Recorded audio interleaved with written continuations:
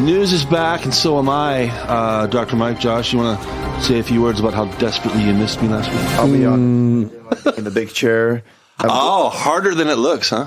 I like to be here on the couch, just lean back and, you do your thing, and I'm just happy. I just, drink a little bit more so I can handle it. Yeah, it's definitely easier to kind of like snipe and nitpick from the sidelines rather than control the show. Listen to that. Okay, I'll take that as a general apology going back years and years and years. Okay, that sounds good. Also, this is going to air, this episode is going to air the week of Valentine's Day.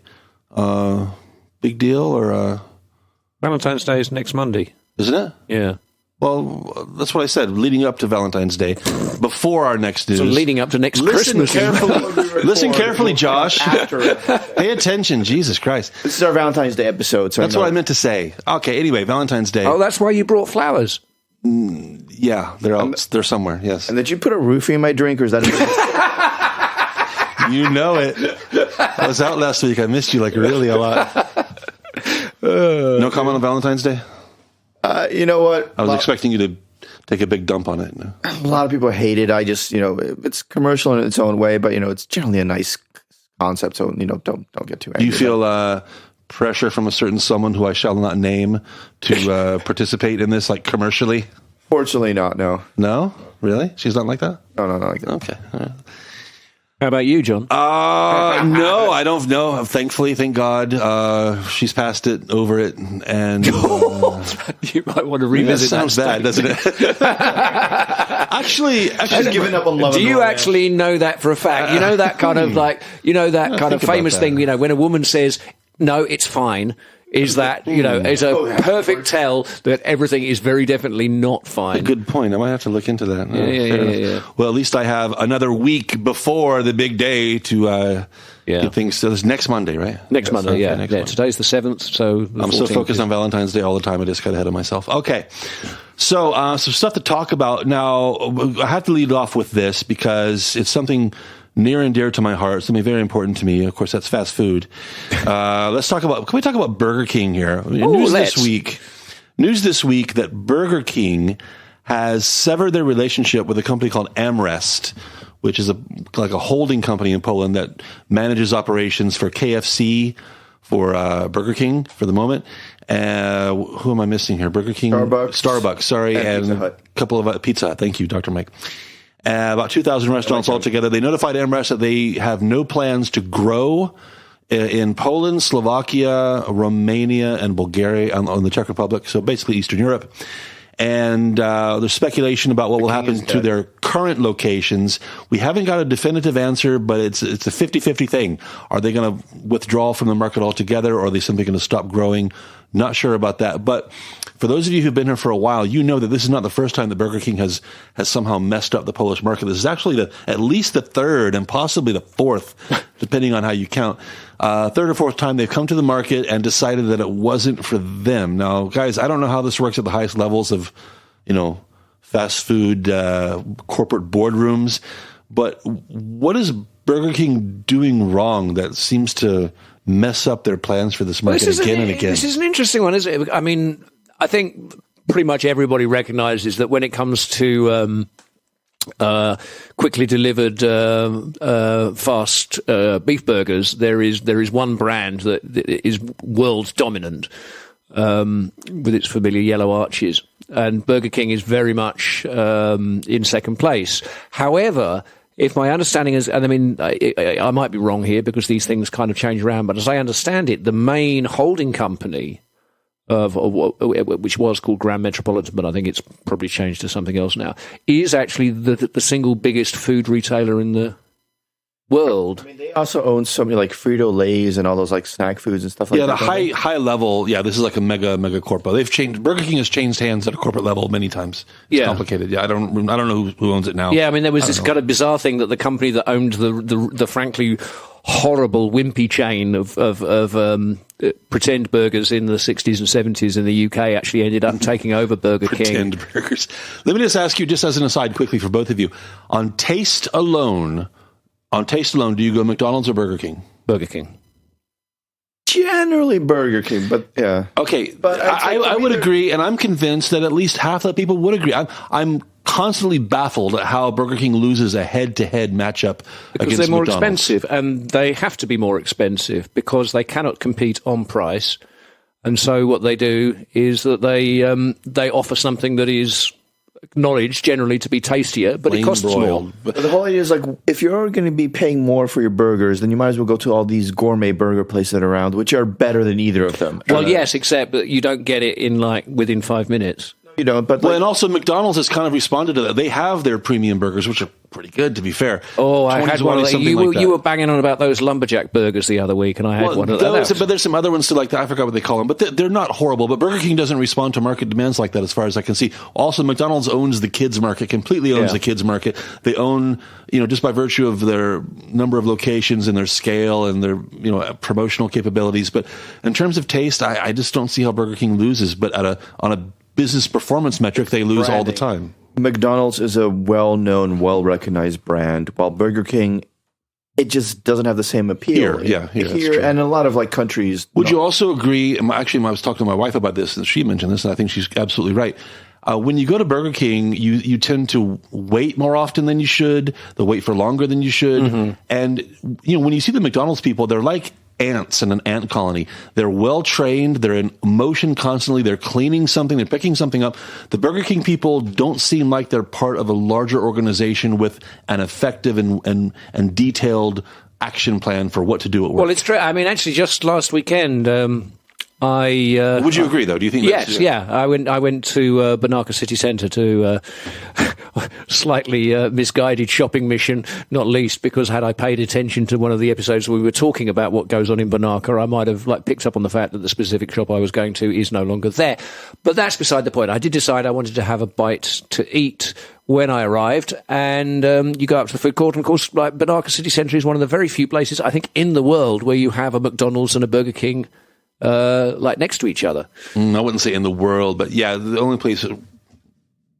Yeah, around here. Yeah, I guess. Yeah, they're like two places apart. Yeah, including that weird place that charges by the kilo. That's crazy expensive. yeah. And I'm sure the lines at McDonald's were enormous. No, that's exactly it. It was hordes of people milling around the front of McDonald's. Yeah. There was sort of 3 or 4 desultory kind of potential customers hovering. Well, just to recap, for sure, Burger King is leaving the market in terms of the expansion, and who's going to run the existing stores is up in the air. Again, there's a chance that the brand could disappear altogether.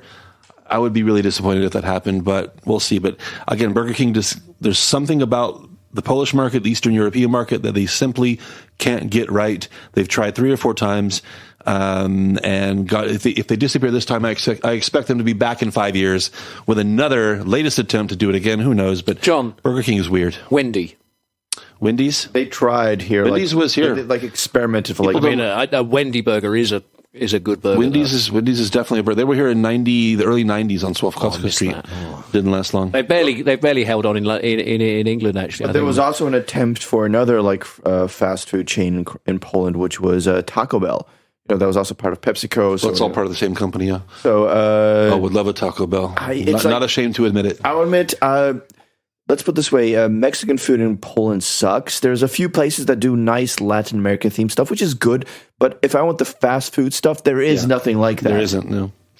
Well, let's move on, but we're going to keep with the retail theme here. Local news here in Krakow. Krakow Plaza, also known as Galeria Plaza, since about 2 years ago, finally come to an end. A lot of good that name change did. No, nothing. Finally come to the end of a very sad story that took quite a while to reach its conclusion. We learned this week that the new owners of the building are going to destroy it. They're going to level it and redevelop the property. As kind of a combination retail, office, apartment space. We'll see. Gym, cinema, bizarrely very similar to usual stuff. Krakow Plaza, we've mentioned this before, kind of a sad story. They were the first such indoor mall shopping center in Krakow opened, I think, in the summer of 2000, quickly passed by the competition. Again, we've talked about this before.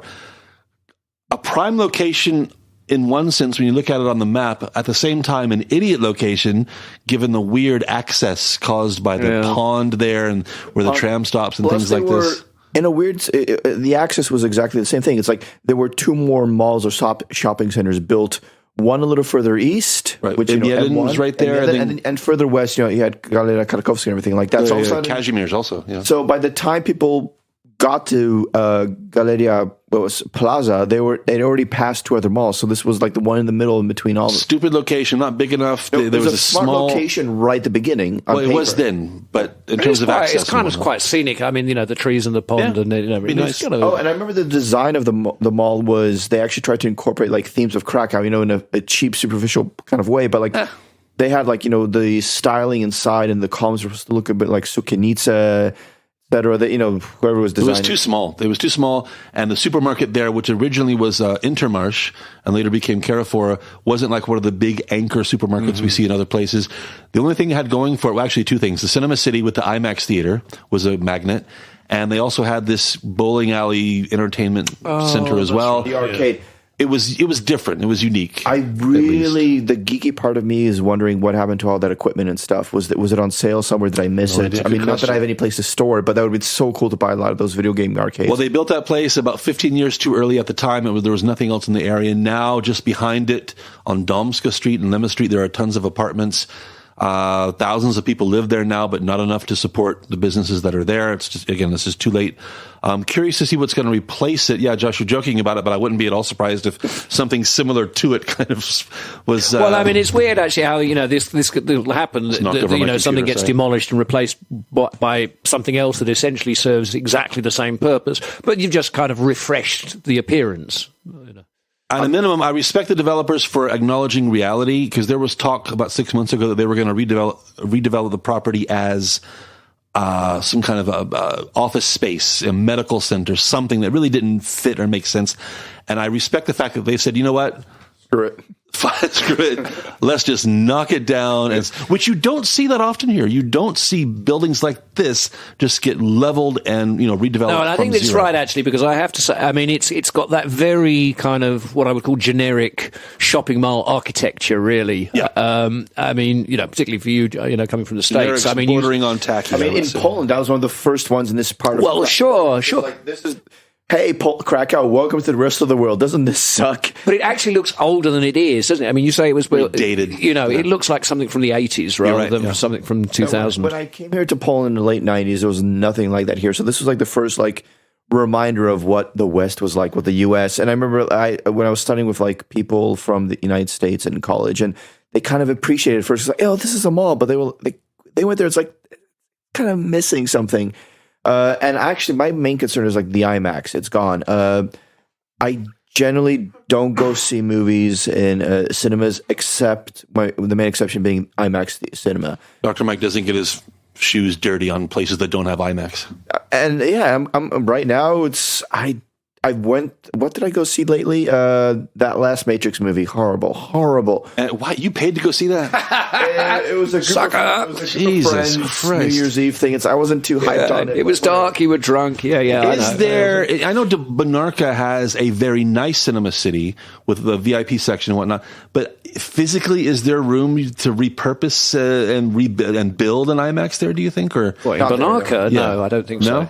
IMAX. The thing is, the IMAX we had in Galeria Plaza anyway was because there are several screen sizes for IMAX, and this is actually not the biggest one. Oh, true IMAXs are actually twice as high as what we know that. And it's a completely different experience then. And but the Matrix movie still sucks. It would still on suck, the big but screen. visually it would be at least appealing for 15 minutes, whatever. But I went to see that movie at the VIP at Bonarka the first time I went there, which is probably one of the first movies I've seen outside of the IMAX in a year or so. And it was just, I'd rather just watch a movie at home then at that point. But I'm really hoping that whatever happens, that IMAX will open up somewhere in Krakow soon. But that's a year or two away. Well, we've got a theme so far. Burger King possibly disappearing, Krakow Plaza definitely disappearing. We're going to continue with the same retail struggle theme here. Turning to the book sector. Everybody knows that physical booksellers, are in trouble, have been in trouble everywhere for a long time. More evidence of that this week with a Polish retailer named Dom Książki, the House of Books, had a presence in shopping malls all over the country. They closed, leaving just two book retailers in the whole country, those being Empik and Świat Książki, the book world. Yeah, did I say that right? Yeah, book world, yeah. Just 2 book retailers left. So it's weird. People still buy books.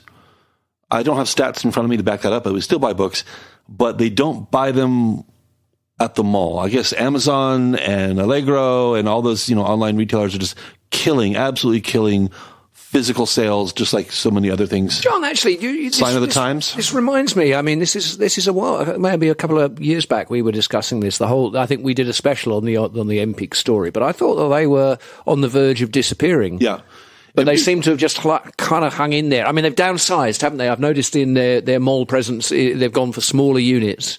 Well, it's also making books a smaller part of their mix as well. Ah, yes. Multimedia, stationery, even toys, even to some degree, video games and Blu-rays, and kind of a multimedia mix. Going back to what I was saying earlier about Plaza being the first mall in Krakow or Poland, whatever. MPEAK, when I moved to Poland, was like the first store that kind of seemed normal to me. It had like all these newer things, magazines. They had a lot of international press as well. Yeah, it was completely overpriced, but there I could find my Rolling Stone or whatever I wanted. That store in the Rynek, when it was in the Rynek, was impressive. It was an impressive store, but unsustainable financially, I think. Another book retailer named Matras, which interestingly had a location in Krakow Plaza, they closed about 4 years ago, I think. And so the writing is on the wall. I mean, I wouldn't be surprised if 2 years from now, MPEAK is the only place left to go shopping. Well, is it that? Because I think books. that, I mean, and, I'm sure lots of people have lots of reasons for kind of disliking Amazon on principle. But the fact remains, I mean, not only can you buy new books via Amazon, you can also buy second-hand and collectible books. And actually, I suspect that for every, shall we say, romantic kind of bookseller, book buyer who likes the idea of like dusty rooms piled high with yellowing volumes and, like spending a lazy afternoon flicking your way through them. In fact, retail premises are expensive, and if you can deal in books without having the need to have a physical shop, and Amazon takes care of, disseminated basically to the whole world. I mean, your with stock a de facto unlimited selection. And that's how Amazon started in the 90s. I remember when I lived in the U.S. in the 90s, bookstores were huge. I just remember some of the changed Crown books, for instance. Barnes & Noble, Borders. Yeah. You go to any mall in your area like this, Michigan Avenue in Chicago, the most expensive retail areas. You'd walk in, it's 2-3 stories high. You'd walk in and, there'll be free coffee samples. I was like 12 years old then. So for me, coffee was like, you give me cocaine is fantastic. And they, you'd grab a book and start reading it, and they didn't care. They had lounge chairs everywhere. Didn't get to cocaine until he was 14, but yeah, and so I'm reading a book, and I read the whole book there in the afternoon anyway, and they didn't care. Yeah. So like, how does this business model bookstores work? have long been kind of a basic part of any mall experience, and now they're all but gone in Poland and elsewhere. I mean, I think the multimedia model, the MPEAK model, where they sell books and other stuff is here. I mean, Amazon, in the Polish market specifically, Amazon had to be the final blow for any company like Dom Książki that was struggling to keep up. But I'll be honest, for me, I'm wondering, it's not exactly the same experience when you walked into a bookstore. You'd go to the section that you're more or less interested in, and you would randomly see things, grab things, pick something up. Yeah, I get that. So why is it dying? If people like the experience, why are these stores dying? I think they like the experience. The problem is it's just financially, it's, doesn't actually earn enough money. So when people go online now, they're specifically looking for something. They'll find that book.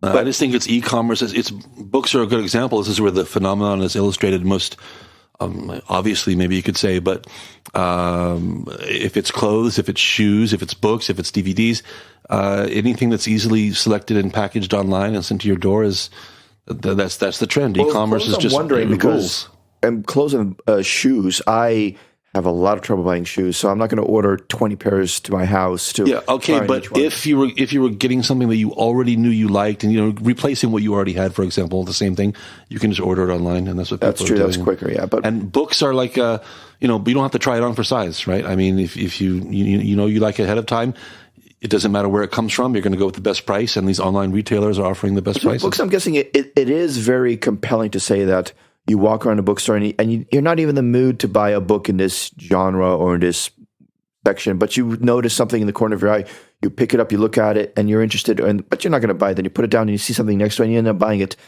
The online experience won't do that for you. I mean, yes, there are if you're interested You in can this, say that about anything physical, right? I think with books, it kind of works a little bit differently in that sense. Yeah, I do think people are missing out on something where, like you said, the places where you can go and just sit down and you can literally take your coffee with you and in chairs that they provided for you for that purpose and spend half the day there. It's disappearing altogether. Well, let's move on. Where are we going to go here? You know what? Let's go back to our buddy Mike Hrofsky for just a moment.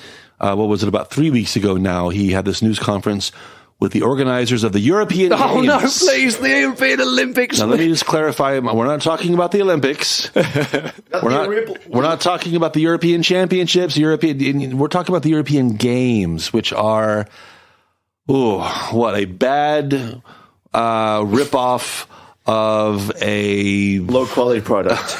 like an army surplus version of the Olympics. This is a games that were basically made for television, although I'm not sure what television, maybe Eurosport covers it. This upcoming edition, is it this year? 2023. 2023 next year. This will be the third edition of the games. The previous editions being held in Baku, Azerbaijan, and Minsk, Belarus. No offense to those places, but yeah, maybe an unimpressive track record there. Anyway, remember, these are the games that the city was awarded when half the city government didn't know that we had applied for them. We got them because nobody else applied. It sounds like a joke. It's literally true. We got them because no one else was in competition against us to be awarded the games. So no other city was dumb enough to say, yeah, we'll host the games. But somebody in the Krakow government made a phone call or accidentally hit send or something. And we ended up getting... It's like you get those spontaneous emails. You can't make this up. He had his phone in his back pocket and he sat down heavily. Sure we got an email from a Nigerian prince asking us if we wanted to host the European Games, and somebody replied, said yes, and we got them. Anyway, a couple of weeks ago, Majrovsky, after some initial hesitation and, in fact, opposition, he got on board and they talked about how much money they're going to get from Warsaw, and they're going to repurpose a lot of local facilities and upgrade them a bit, even including stuff from Academia, what's it called? AWF, like the physical sports university. They're gonna host many of the events. So the politicians are trying to spin it in such a way that this is going to be great for the city, great impact for the city, but at the same time we're spending almost nothing to get it. So it's a steal, and we're somehow lucky. Well, I encourage you, after we finish the podcast here, I encourage you to go to the website. It's www.european-games.org. And I want you to have a look around, and I want you to see if you notice anything odd. And I mean how the site is updated, or how it isn't updated. Again, just a couple of weeks ago, big news, Krakow's hosting. So you would think that Krakow would be pasted all over the website. That's not what you're going to find. You're going to find like it's stuck in 2020, something like that. And go to their social media icons. I think they have Facebook and Twitter. And click on Twitter and see what happens. Josh, why don't you tell the listeners, this is a spoiler, just tell them what they're going to find if they click on Twitter on the official European Games website. Well, yeah, you did actually... You did set me up for this, and I clicked on the link, and you get basically, what you would call an empty Twitter page. There is nothing happening here. What's the equivalent of 404 for Twitter? Yeah, it's something that says. I'm going to click on it right now to get the exact quote instead of making it up here. It says this account doesn't exist. It says at EOC Eurogames. This account doesn't exist. So you click on the link that they provide on their own site, and it takes you to a page that says, yeah, this doesn't exist. Have they been maybe promoting anti-vaccine kind of hysteria? Or maybe Krakow's just actually been screwed over here. They don't even realize it right now. What kind of organization doesn't update their Twitter page, or at least, doesn't have a Twitter page in this day and age? I mean, what the hell's good? This just looks more amateurish than we could possibly... We couldn't make up a story that would make them look less amateurish than they really do already. Yeah. Are you going to jump in? You look like you're going to jump in, but... No, I jumped. Oh, okay. I was just sitting back laughing. Well, it's still a year away. I'm just looking forward to lots of comedy associated with the European Games being hosted here in Krakow. Looking forward to going. I want to see some of these games for myself. Oh, I did want to include... what the hell is Tech Ball, by the way? Yeah, we have this list of games. Let me read this out to you. Now, when you think of summer games, you think of Olympic sports, track and field, boxing, you think of swimming events, rowing. Rowing. Yeah, a few things in the water, rowing. Let me read this list to you. It's not a complete list. Well, no, screw it. I'll give you the complete list. Archery. Okay, fine. Archery, fine. Athletics, track and field. Okay, fine. Badminton. All right. Yeah. Basketball, but the 3-on-3 variety. Okay, interesting. Beach. How do you think I'm going to finish that? Beach. No, beach handball. What? Now, handball is the worst sport ever to begin with, like the proper version. But beach handball, no beach volleyball, beach handball. Here's another one. Beach soccer, they call it. Football. Now, is beach football in the Olympics? I don't think so. I think there's beach volleyball and big in Brazil. Yeah, it is. It's true. Well, anyway, beach soccer, boxing. Okay. Breaking. What? Breaking, which I assume means break dancing. Okay. I assume break dancing. But they call it breaking. Canoe. No, it's like the sort of news that we're always offering. CANO, like canoe, like the boat. Is that a sport? What, canoeing? Is hiking an Olympic sport? It doesn't say canoeing. It says canoe. All right, let's move on. Cycling, okay. Fencing, okay. Judo, karate, kickboxing. There's 3 combat sports already. Judo, karate, kickboxing. Modern pentathlon, okay. Muay Thai. Isn't that a drink? Muay Thai. Isn't that a drink? It is a drink. Well, it's also a combat sport from Thailand. We've got, okay, let's not count fencing. Judo, karate, kickboxing, and Muay Thai. What about your Thai? And boxing, of course. And boxing. Isn't that kind of like punch heavy? It's very, very aggressive. Yeah. Paddle, Padel. Anybody? No idea. It's like tennis inside a glass box. Where nothing is out of bounds. Something like squash, but bigger. Oh, actually, no, I have heard about that. Didn't they have a big paddle court on outside Galeria Krakowska? Possible. I don't know. Shooting, it just says. Shooting. This is shooting. I don't know if we're turkeys or clay pigeons. Second Amendment rights. People who are on your property. I don't know what kind of shooting we're talking about here, but I'm curious about that. That's all it says. The right to arm bears. Yeah. Sport climbing. Okay, we can imagine that. Summer ski jumping. Oh, that really sounds like terrific. The dry track, maybe like the downhill with just rolling. You just don't move. Sliding down on a dry track. Summer ski jumping. Elderly, Table tennis. Okay. Yeah, that's okay. They have that in the real Olympics. Taekwondo. Remember, we have judo, karate, kickboxing, boxing. Now taekwondo. Yeah. Combine it to MMA or something. A lot of black eyes here. Tekball. TEQBALL. No idea. Any idea? Tekball? No. Okay, and the triathlon.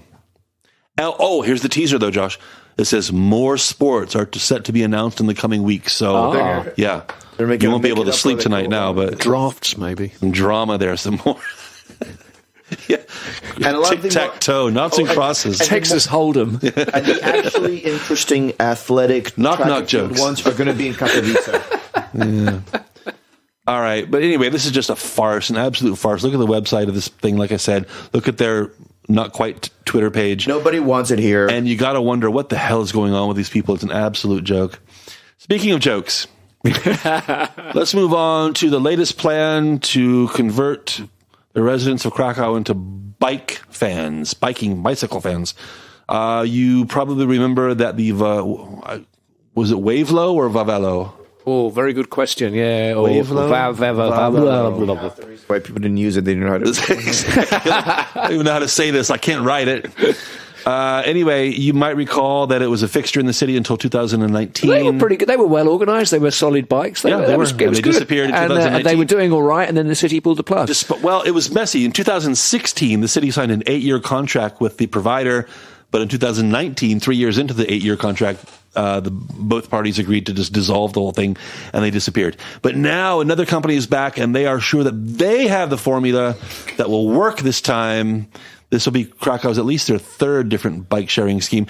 Now, we're talking about conventional bikes, but they are going to offer electric powered bikes as well, about 500 of them altogether, 250 regular bikes, 250 electric bikes. They say that the differentiator this time is the ability to rent long-term. They haven't defined what long-term means. You know, the previous scheme, the Wavelo / Vavelo was, by the hour, and I guess you could keep it for a day, maybe. I'm not sure, but I'm not sure what they mean by long term. But they're really promoting this as this time people are going to respond and support the program because it's because they can have a bike long term or whatever. Dr. Mike, even if all 500 of these bikes were rented to someone who was leaving their car at home because of the bike, which is not going to happen, by the way, it would still make zero difference, basically, in the big picture.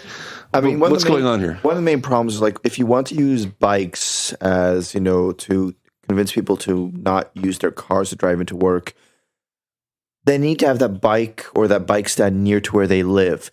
Well, most of the bike stands are in, like, the center of town, in areas where if you're commuting from one mall to another mall, it's fine. But if you're commuting from where you live to where you work, then the bike stands really don't work for you, or there's only 20 bikes and that's just not enough. So I think that's one of the main reasons these bikes didn't work out previously, because, Krakow is a very... Not enough pickup points? Not enough pickup points, and not in the right places. They were in great places for people who want to commute around town for fun or as tourists.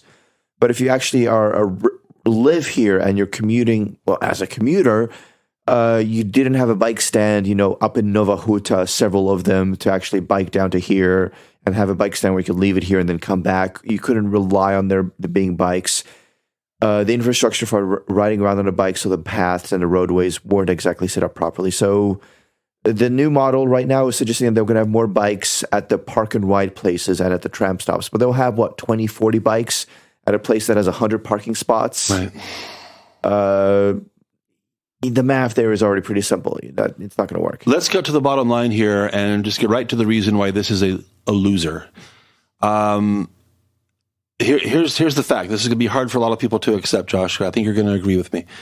If there was potential for this, the government would not have to get involved at all.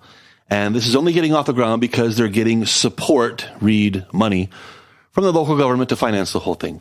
If the government is the only entity that's willing to say, yeah, we'll pay for it, then you are pushing a loser for sure. This is true in any number of fields. And the fact that the same companies that are pushing the electric scooters and all that, the fact that they're not interested at all in bikes tells me everything I need to know. And what little I don't need to know is made up by the fact that the government is behind all this. This is not going to work. Well, I think is it not going to be the case in reality that very few of these bikes will be used by people who are actually residents here? Because, if you're a resident here and you have the slightest interest in cycling, then you'll have a bicycle of your own. Yeah. But of course, in normal times, this city has a very, very large transient population of tourists and students. And I can see much more likelihood of this type of person. In other words, the type of person who wouldn't have a car with them anyway, so they would not be giving up a car journey to take advantage of the bike. Look, they have them in London. I never used them in London because I had my own bicycle. But in Paris, for example, which is we'd have had one of these schemes for a long, long time. And actually, if I've been in Paris for a short break or a weekend or something like that, it's like terrific if you're in one part of town and there's a journey of maybe like 2-3 kilometers, to get to somewhere else, and you just kind of unhook one of these bikes and jump on it. They've got lights that work, the tires are pumped up, and it's all very convenient and not very expensive. But yeah, no, not really, I don't think. Dr. Mike, it almost seems like there's a rule that says if you approach a local government and in your proposal you include certain words like green, environmental, alternate transport, they're kind of obligated to throw money at you. Yeah, they can't even read the end. No, they just say, "Here, take the money." That seems to be the case here. I think they ticked all the right boxes. The government can't say no to them. And maybe some people in the local government are embarrassed or angry at the fact that we don't have a regular bike sharing scheme here, because that's one of the metrics of a green city.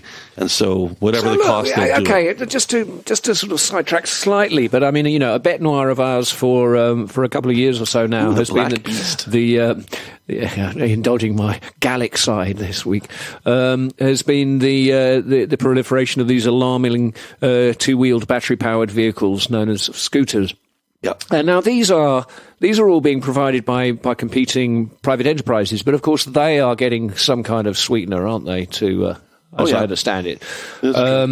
And I mean, I can't help but think that if you're a half-steamed tourist who wants to get from somewhere to somewhere fairly quickly, and the choice is between kind of a big heavy bicycle or a thing that you can just stand on and press a button and you don't have to put any further effort into it, then the scooter, I mean, much as I detest electric scooters, one can't help feeling that they're probably going to be more appealing.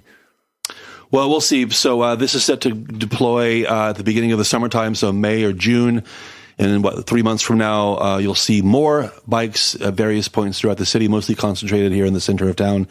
And you'll know what's going on. It's yet another bike scheme. Let's move on. A quick mention of this. I want to mention this to you guys. This caught my eye this week. An interesting story that illustrates a lot of the issues that we talk about from time to time. The story goes like this. There was a policeman from Wrocław who in 2003 was arrested on suspicion of somehow participating in some illegal activities related to what they called the fuel mafia in Poland, a kind of an organization that benefits from black market gasoline, untaxed gasoline, and things like that, transporting it, selling it, securing it, et cetera, et cetera. Arrested in 2003, and of course in Poland, suspects can be jailed for an indefinite amount of time on the request of the prosecutor, depending on the case being built against them. And this policeman was jailed here in Krakow. Actually, Josh, I saw, just opposite right where across the street from where you used to live on Czarnieckiego. So he's from Wrocław, but he was jailed here. Now, he's a policeman in jail, so that's the first of his problems, is that, no one can find out who he is, or he's in real trouble behind bars, obviously. So it's stressful. Even if he's perfectly innocent, which he claimed to be, he's in a very difficult and stressful situation. Well, after some time, he was released. Let's see, he was from January 2003 to February 2004. So 13 months he spent in jail. He's finally released. In April 2004, the prosecutor sent an indictment, formally indicting him, putting him on trial. Again, keep track of the timeline here, 2004. The case was resolved in 2014, also known as 10 years later. The case was dismissed for lack of evidence, so according to the law, he's innocent of the charges, right? Well, actually, one of the charges continued, was finally dismissed in 2018, so another 4 years after that. Anyway, as compensation for the suffering that he underwent, which includes the physical suffering, he developed some nerve damage, the emotional suffering of the stress of being in jail, loss of employment, family, his wife just left him, ruined his life basically. He's asking for a drama that went on for about 15 years. Basically, he asked for 500,000 zlotys. 500,000 zlotys, right? Now let me pause at this point because, if you're familiar with the American system, maybe not so much in Europe, but you'd be asking for $50 million basically. Thanks to our, I'm not saying it's right, but thanks to our legal culture, when we talk about the amounts people get for damages, it's exponentially higher. But 500,000 zlotys, call that $125,000, 100,000 pounds, something like that, for basically this 15 years of his life that he's missed out on. Well, this has been rejected, because the prosecutor's office here is countering that an appropriate amount for his compensation would be 45,000 zlotys. It's hilarious. I mean, 45,000 zlotys for 14 months in prison, 15 years being dragged through the courts. The courts say sorry, and we think 45,000 zlotys is enough. Completely shunned by friends, former colleagues, associates. His life is ruined. Basically, the last 20 years of his life have been ruined. So I think that he's asking for 500,000 was reasonable to begin with. 500,000 would be great to ask for after the end of that year, but it's already been 15 years since then. So, but apparently the first appellate court has granted him 300,000 or 400,000. He's appealing because he wants more. The prosecutor is saying 45,000, as you said, is more reasonable. So we'll see where this goes. Who thinks this is reasonable outside of the prosecutor's office? Well, I'm guessing that this is just, it's like I sell you this carpet for 250 pounds. I'll give you £10 for it.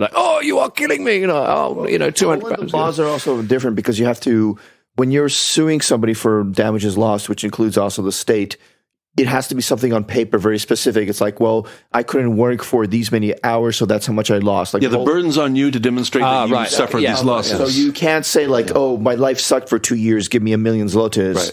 You have to say like, well, did you lose 1 million zlotys in that time? You have to kind of prove the losses. And when it comes to these situations where somebody is in jail or their life, suffered some kind of difficulties during that time, it's kind of hard to put a monetary value on that. And usually the state can only give a monetary value to very specific losses that were in that period. But you're not getting money as punishment against those who wronged you just for intruding on your rights. As you said, it's calculated specifically as to what you claim to have lost. And again, the burden is on you to demonstrate this, to prove this, and it's basically limited to. But that's like a year's loss of earnings, isn't it? Because he wasn't like a he was an officer. You're in jail, and the rest of the time is like, well, that's the process. It took that long, so Yeah. Well, this illustrates two things. One, as Dr. Mike just said, the really embarrassingly pathetic sums that are involved, even for clear cases of injustice, when we're talking about, compensation, when people have clearly been wronged, whether it's the legal establishment, the medical establishment, or even civil disputes between two parties. You're not going to get rich here because you slipped and fell on the supermarket floor. Like you ate a McDonald's hot tart. Exactly. Or because you spilled the McDonald's hot tea on your crotch, which has happened, by the way. But, you don't get paid that much. I mean, there are stories where people lose limbs in industrial accidents that are clearly not their fault, and they're compensated some modest amount, $10,000, $20,000, something like that. But the other thing this story illustrates, of course, is the unbelievable amounts of time that the Polish justice system needs to do anything. This case lasted for 15 years. Justice denied. It's unbelievable. How does that happen? Of course, I'll have my own experience with this. Is it time for a book plug? Well, actually, maybe next week we'll do that. But I have my own experience with the wheels of Polish justice turning extremely slowly. But it's hard to understand how anything takes this long, Dr. Mike. Why does the system here need decades to establish things that take weeks or months in other places? Unfortunately, the system here is very bureaucratic, and there's also a lot of loopholes where one side can basically cause the whole system to break down by saying like, well, there's a technicality here. We need to bring in another expert, which is, okay, so that hearing is called off. Then there's another hearing, which brings another expert. And basically you can just defer the whole process for months and years at a time. There people have sad story. Very sad story. Well, let's wrap up with two things on the lighter side before we go. First, weird story this week, guys. We saw from a press release from LOT, the Polish airlines. They gave us some statistics from 2001. Of course, we all know 2021. Sorry, that's what I said. 2021. We all know the year was affected by COVID, and especially when it comes to travel and tourism. But according to LOT, their most popular destination in terms of tickets sold, I guess, obviously, was Tirana, Albania. Now, how do you make any sense of this, or do you make any sense of this? Well, my kind of immediate assumption was that, as I understand it, I think that the burden of COVID regulations in Albania not particularly onerous. Probably right, yeah. It is, of course, on the Adriatic. It's probably considerably cheaper than Croatia, which I think people tell me is getting more and more expensive year on year. It's probably broken out now of that immediate post-communist phase of utter grey concrete abject misery. You can get some proper hotels there now, I guess. Yeah, something like that. There's maybe a little bit of. So you think this is a COVID thing? Well, I think it's probably contributed. Well, don't you remember there was this thing? Well, I think we actually covered this, wasn't it? That people were going on holiday in the first lockdown. The only options were Mexico or Swaziland, which was kind of amusing. And I suspect Albania kind of slipped in there as well, but doesn't seem quite as exotic. It's interesting if you ask somebody, what do you think Lot's number one destination? Madagascar, was it? I don't remember. Well, Zanzibar, maybe? Zanzibar, yes. If you ask somebody, what do you think Lot's number one destination was in 2021, I don't think anyone would choose Albania. No. But it was, I think, largely for the reasons that you gave. COVID restrictions, price, and just difficulty in going other places. And people still want to get away, especially after 2020. People were ready to go anywhere with a beach. Tirana is on the coast, yeah? I think it is, or at least close enough. I think it's on the coast or close enough, and I'm sure there are plenty of package holidays that would get you out of Tirana onto the nice, proper beach somewhere. So anyway, Poland's official flag carrier, their number one destination in 2021. Tirana, Albania. The last thing we want to mention, I have no idea what the hell's going on here. I'll read you the headline. This is from Polski Radio. The headline, Poland named second most inspirational country to get travel tattoo. Poland has been ranked second on the list of the most inspirational countries to get a travel tattoo, according to a study. What kind of study is this? The study analyzed Instagram hashtag and Google search data to reveal the most popular travel tattoos across the globe, according to the Bounce.com website. Each country's popularity was deduced from the combined total of Instagram hashtags and Google searches. Japan ranked first overall, with a combined search volume of over 170,000. Japanese tattoos are famous for their distinctive and traditional style and serve as a great memento for tourists to remember their travels. Or remember what Poland they had on ranks second. Okay, I want to know, did people get a tattoo of Lech Wałęsa or something? What tattoo do you get from Poland? Well, there is, of course, an extremely tasteless direction one could go in this in terms of do it. Tattoos and history, but we won't. Japan, I get the aesthetic. Yeah. Fine. But Poland, what's Poland's aesthetic? Well, there are tattoo parlors literally fucking everywhere. Yeah, but I mean, next to the bars, and I think that kind of works. What's Polish about this? One thing, I'm getting a tattoo of a whatever.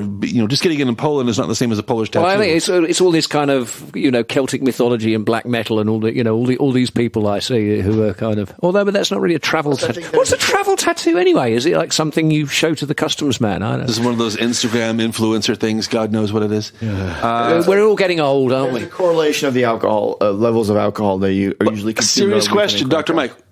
Take the Pope off the table and take a plate of pierogi off the table. What's the tattoo you get, big one on the middle of your back when you're walking, you're on the other side of the planet and somebody says, "Oh, are you from Poland, or you've been to Poland?" Well, why do you ask? Well, I saw your tattoo. You got the Witcher, yeah. What is that tattoo? That's an excellent question. I don't know. Yeah. I don't know. I don't We'll get put it. that to the European Olympic Committee. And number 2 on the list, if Poland was, if they cracked the top 100, okay. But number 2? Yeah, right. Of all the countries, think of places like, I don't know, India. Think of places in Africa. Again, the aesthetic, a certain kind of feel to. And Poland's number 2? What? Yeah. Well, Bounce.com. what was number 3 was Mexico, and it's a weird mix. It's like Japan, Poland, Mexico. That's having a little tear kind of coming out the corner of your eye. The whole Aztec, the whole Olmeca. I can see that. Okay, Drunk fine. American students crossing the border, waking up on get their Tijuana tattoo. But I'm at an absolute loss to tell you what tattoo they're talking about. So anyway. Well, on that note, we're going to wrap things up. Thanks for listening, everybody. KrakCast.pl is the website. Check out all of our back episodes there.